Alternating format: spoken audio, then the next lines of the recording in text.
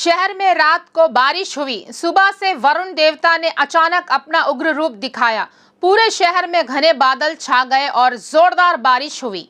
भारी बारिश के चलते शहर की सभी सड़कें जलमग्न हो गई है। भारी बाढ़ का पानी सड़कों पर बहते रहा। मलकपेटगंज के पास सड़क पर पानी आ गया। करमन घाट, चंपापेट, नामपल्ली और कोटी में भारी बारिश हुई। Musheerabad, RTC cross road, Chikkadpally, Narayanguda, Himayatnagar, Abids, Koti, Begum बाजार, नामपल्ली, खैरताबाद, लकड़ी का पुल, बशीरबाग में गरज के साथ बारिश हुई। हैदराबाद के मौसम विभाग ने चेतावनी दी है कि अगले 3 दिनों तक भारी से बहुत भारी बारिश होगी।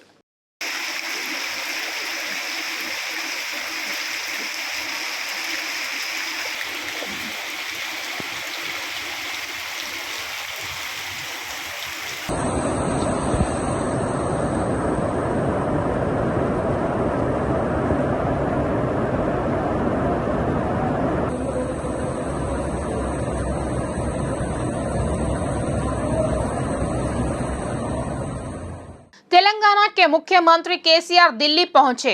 आज व कल वे दिल्ली में व्यस्त रहेंगे। सबसे पहले उन्होंने नवनियुक्त राष्ट्रपति द्रौपदी मुर्मू से मुलाकात कर बधाई देंगे। उसके बाद कई केंद्रीय मंत्रियों से मुलाकात करेंगे, जिसमें केंद्रीय गृह मंत्री अमित शाह भी शामिल है। केंद्रीय गृह मंत्री अमित शाह को राज्य में बाढ़ से हुए नुकसान के बारे में बताएंगे। चूंकि केंद्रीय गृह मंत्रालय के अंतर्गत प्राकृतिक आपदा प्रबंधन विभाग है, वह अमित शाह के साथ एक विशेष बैठक करेंगे और तेलंगाना में बाढ़ से हुए नुकसान की जानकारी देंगे। इसके अलावा केंद्रीय वित्त मंत्री निर्मला सीतारमण को भी राज्य में बाढ़ से पैदा हुई स्थिति के बारे में बताएंगे। इनके साथ ही केंद्र द्वारा जारी की जाने वाली लंबित धनराशि पर भी चर्चा की जाएगी। मुख्यमंत्री केसीआर, मुख्य सचिव सोमेश कुमार और टीआरएस के कई सांसदों के 2 केंद्रीय मंत्रियों के साथ बैठक में भाग लेने की संभावना है।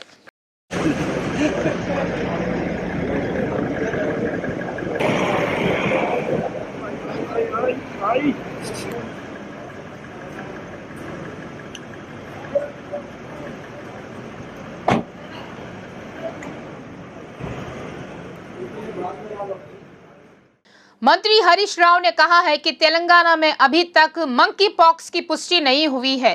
कामारेड्डी जिले में मंकी पॉक्स के प्रकोप को लेकर स्वास्थ्य मंत्री हरीश राव ने अहम आदेश जारी किए हैं। मौसमी बीमारियों से बचाव के लिए एहतियात के तौर पर जिला कलेक्टरों और अधिकारियों के साथ वीडियो कॉन्फ्रेंसिंग की गई। मंकी पॉक्स रोग के लक्षण वाले एक व्यक्ति की पहचान की गई है। रोग का अभी तक निदान नहीं हुआ है। उन्होंने कहा है कि पहले से सावधानी बरती गई है। फीवर हॉस्पिटल को नोडल हॉस्पिटल के रूप में आइसोलेशन सेंटर बनाया गया है। हालांकि गांधी हॉस्पिटल में जांच की व्यवस्था की गई है। केंद्र सरकार ने कहा है कि सैंपल पुणे भेजा जाए। इस पर सैंपल पुणे के नेशनल इंस्टीट्यूट ऑफ वायरोलॉजी भेज दिया गया है। लोगों को घबराने की जरूरत नहीं है। बीमारी के लक्षण नजर आने पर उन्हें तुरंत अस्पताल जाने की सलाह दी जाती है।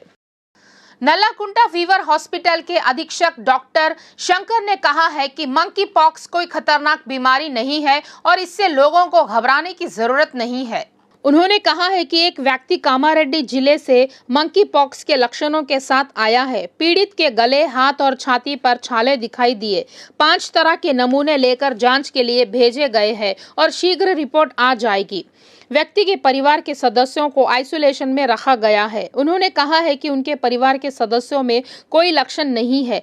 यह स्पष्ट किया गया है कि वायरस मुंह से निकलने वाले थूक से फैलता है और मंकी पॉक्स वायरस हवा में नहीं फैलता है। डॉक्टर शंकर ने कहा है कि जो लोग विदेश से आते हैं और उन्हें बुखार आता है तो उन्हें आइसोलेशन में रहना चाहिए और 6 से 13 दिन तक मंकी पॉक्स निकल जाएंगे। आषाढ़ बोनालू उत्सव के दौरान श्री देवी की विशेष पूजा अर्चना की गई। इस अवसर पर फलहारों से भरी गाड़ियों के साथ शोभा यात्रा निकाली गई। मंत्री तलसानी यादव ने मुशीराबाद निर्वाचन क्षेत्र के अंतर्गत बागलिंगम पल्ली में श्री रामनगर कॉलोनी स्थित नल्ला पोचम्मा मंदिर में देवी के दर्शन किए। इस समय मंत्री के साथ विधायक मुठा गोपाल, टीआरएस प्रदेश युवा नेता जय सिम्हा, वरिष्ठ नेता विवेक और अध्यक्ष सत्यनारायण उपस्थित थे, जबकि आयोजकों ने उनका स्वागत किया और दर्शन की व्यवस्था की। पुजारियों ने उन्हें आशीर्वचन दिए।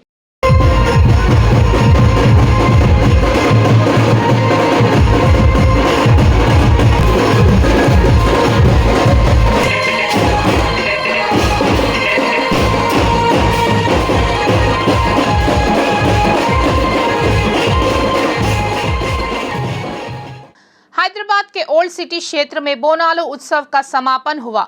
मिरालम मंडी मातेश्वरी मंदिर प्रबंधन अध्यक्ष गाजुला अंजैया के नेतृत्व में आषाढ़ महीने के मद्देनजर श्री देवी माता की पूजा व अभिषेक किया गया। वहीं स्वर्णलता ने देवी माता के माध्यम से भविष्यवाणी की। भविष्यवाणी में कहा गया कि तेलंगाना के लोगों ने देवी माता की बड़ी ही खुशी के साथ पूजा की। वहीं मिरालम मंडी मातेश्वरी की पूजा एवं अभिषेक भी भक्ति भाव से की गई। राज्य में भारी बारिश होगी। हैदराबाद के ओल्ड सिटी में लाल दरवाजा बोनालू उत्सव का समापन हुआ। बोनालू उत्सव के दौरान देवी का उत्सव मूर्ति की भवानी रथ यात्रा निकाली गई। अंतिम चरण में उत्सव बड़ी ही धूमधाम से मनाया गया। पुराने शहर के संयुक्त मंदिरों के तत्वावधान में यात्रा जारी रही। रथ यात्रा को देखने के लिए बड़ी संख्या में श्रद्धालु पहुंचे। इस क्षेत्र ने शिवसत्तू के मंदिरों और पोतराजू के नृत्य के साथ आध्यात्मिक तौर पर उत्सव आयोजित किया गया। भवानी रथ यात्रा शालीबंडा से चारमीनार होते हुए पुराना पुल तक पहुंची।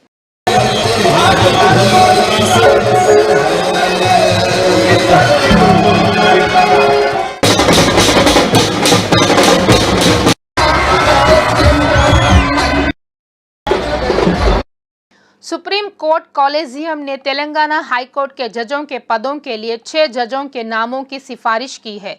उच्च न्यायालय के न्यायाधीशों के रूप में कॉलेजियम द्वारा अनुशासित लोगों में ईवी वेणुगोपाल, नागेश भीमपाका, पुल्ला कार्तिक, काजा शरद, जे श्रीनिवास राव और नामवरापु राजेश्वर राव शामिल है। कॉलेजियम ने मजिस्ट्रेटों के नाम केंद्र को भेजे हैं। केंद्र की मंजूरी के बाद नाम राष्ट्रपति की मंजूरी के लिए जाएंगे। राष्ट्रपति की मंजूरी के बाद उन्हें न्यायाधीश के रूप में शपथ दिलाई जाती है। एआईसीसी राष्ट्रीय प्रवक्ता एवं खैरताबाद कांग्रेस प्रभारी दासोजू श्रवण ने कहा है कि सरकारी स्कूलों का प्रबंधन बहुत ही खराब है। इस बात का उदाहरण है कि पिछले 15 दिनों से पानी में डूबा खैरताबाद फिल्म नगर गवर्नमेंट प्राथमिक विद्यालय है। सरकारी स्कूलों की बदहाली को लेकर वह आक्रोशित हुए। उन्होंने खैरताबाद विधानसभा के बीजे.आर. नगर स्थित सरकारी प्राथमिक विद्यालय का निरीक्षण किया और कहा कि पिछले 15 दिनों से हो रही बारिश के पानी की सुध लेने वाला कोई नहीं है। उन्होंने कहा है कि यह पहली बार नहीं है जब बारिश का पानी यहां के स्कूल में घुसा है। बारिश के मौसम में यह आम बात है। यह दुर्भाग्यपूर्ण है कि स्थानीय विधायक दानम नागेंद्र और शिक्षा मंत्री सबिता इंदिरा रेड्डी इस ओर ध्यान नहीं दे रहे हैं कि क्या हो रहा है। उन्होंने सरकार से इस लापरवाही के लिए जिम्मेदार लोगों के खिलाफ सख्त कार्रवाई करने की मांग की है। वाईएसआरटीपी प्रमुख वाईएस शर्मिला ने mega company head Krishna Reddy और सीएम केसीआर पर निशाना साधा। टीआरएस सरकार और कालेश्वरम निर्माण कंपनी मेगा को लाभ पहुंचाने के उद्देश्य से परियोजना को झंडी दिखाई गई। ऐसा कर लोगों के साथ धोखाधड़ी की गई। शर्मिला ने सवाल किया है कि क्या तेलंगाना को मेगा की भलाई के लिए लाया गया था? सर्वर में बदलाव करने से बेगमपेट अमीरपेट पासपोर्ट कार्यालय में आवेदकों को दिक्कतों का सामना करना पड़ा। तकनीकी खामियों के चलते पासपोर्ट कार्यालय के बाहर आवेदकों की लंबी कतार लगी हुई थी। सुबह से सर्वर नहीं होने के कारण सभी को पासपोर्ट कार्यालय के सामने आवेदकों घंटों इंतजार करना पड़ा। इससे आवेदक पासपोर्ट कार्यालय के कर्मचारियों से नाराज हो गए। इस पर कार्यालय के कर्मचारियों ने उन्हें बताया कि देश भर के पासपोर्ट कार्यालयों में सर्वर डाउन होने के कारण पासपोर्ट को लेकर समस्याएं हुई है। अधिकारियों ने बताया कि जो पासपोर्ट आज जारी होने थे उन्हें छुट्टी वाले दिन वापस देने की तैयारी की जाएगी। जहां कुछ आवेदकों का कहना है कि वे पासपोर्ट के लिए इधर उधर भाग रहे हैं और किसी कारणवश पासपोर्ट प्राप्त नहीं कर पा रहे हैं। वहीं कुछ अन्य आवेदकों ने सुझाव दिया कि ऐसी स्थिति दोबारा पैदा नहीं हो, इस पर ध्यान दिया जाए। तेलुगु राज्यों में एडसेट परीक्षा के लिए पूरी तरह से तैयारियां कर ली गई है। शिक्षा विभाग के अधिकारियों ने बताया कि परीक्षा 3 चरणों में आयोजित की जाएगी। तेलंगाना में 39 परीक्षा केंद्र बनाए गए हैं, जबकि आंध्र प्रदेश के कर्नूल और विजयवाड़ा भी केंद्र बनाए गए हैं। वहीं कुल 48,091 छात्र परीक्षा देंगे। 2 घंटे की यह परीक्षा एक ही दिन 3 सत्रों में आयोजित की जाएगी। संयोजक प्रोफेसर रामकृष्णा ने बताया कि परीक्षा सुबह 9 बजे शुरू होगी और परीक्षार्थियों को 1 मिनट लेट होने पर भी परीक्षा केंद्र में प्रवेश नहीं दिया जाएगा। पुराने तरीके से पीएचडी दाखिले का शांतिपूर्ण विरोध कर रहे छात्रों पर वीसी पुलिस के हमले के विरोध में छात्र संघों ने आज ओयू बंद का आह्वान किया। पुराने तरीके से पीएचडी दाखिले और परिसर में मूलभूत सुविधाएं मुहैया कराने के लिए उन्होंने इस महीने की 23 तारीख को ओयू आर्ट्स कॉलेज के सामने शांतिपूर्ण विरोध प्रदर्शन किया, लेकिन उनका कहना था कि उन पर वीसी पुलिस ने हमला किया। उन्होंने बताया कि हमले में कई छात्र घायल हुए हैं। उन्होंने अफसोस जताया कि कई वर्षों से ओयू में पीएचडी प्रवेश की अधिसूचना नहीं दी गई है। इस वजह से यूजीसी फेलोशिप होने पर भी कई छात्र फेल हो रहे हैं। उन्होंने चिंता व्यक्त की कि पुरानी पद्धति के विपरीत शासी निकाय कह रहा है कि वे योग्यता के आधार पर पीएचडी प्रवेश प्रदान करेंगे और यूजीसी फेलोशिप वाले कई छात्रों को इसका खामियाजा भुगतना पड़ सकता है। कुछ लोग कितने ही पढ़े लिखे क्यों ना हो, वे नौकरी या छोटे व्यवसाय शुरू करना चाहते हैं, लेकिन उन्हें आवश्यक सुविधाओं के बिना कठिनाइयों का सामना करना पड़ता है। ऐसे लोगों को ध्यान में रखते हुए अभिनेता अभिनव सरकार ने युवाओं को उद्यमी के रूप में प्रशिक्षित करने के लिए हैदराबादी चाय अड्डा फ्रेंचाइजी मेला शुरू किया। इस मेले में कई युवा फिल्मी सितारों और अभिनेताओं ने भाग लिया। गजल श्रीनिवास ने इस कार्यक्रम के मुख्य अतिथि के रूप में भाग लिया और युवाओं को उद्यमी में बदलने के अभिनव सरदार के प्रयासों की सराहना की। अभिनव ने कहा है कि आजकल बहुत से लोग बिजनेस के बारे में सोच रहे हैं, नौकरी से बेहतर है खुद का बिजनेस करना, लेकिन उन्होंने कहा है कि उन्हें निवेश में मुश्किलें आ रही है। हम उन युवाओं को कम निवेश के साथ अपनी फ्रेंचाइजी मुहैया कराएंगे जो चाय अड्डा के साथ अपना खुद का व्यवसाय शुरू करना चाहते हैं।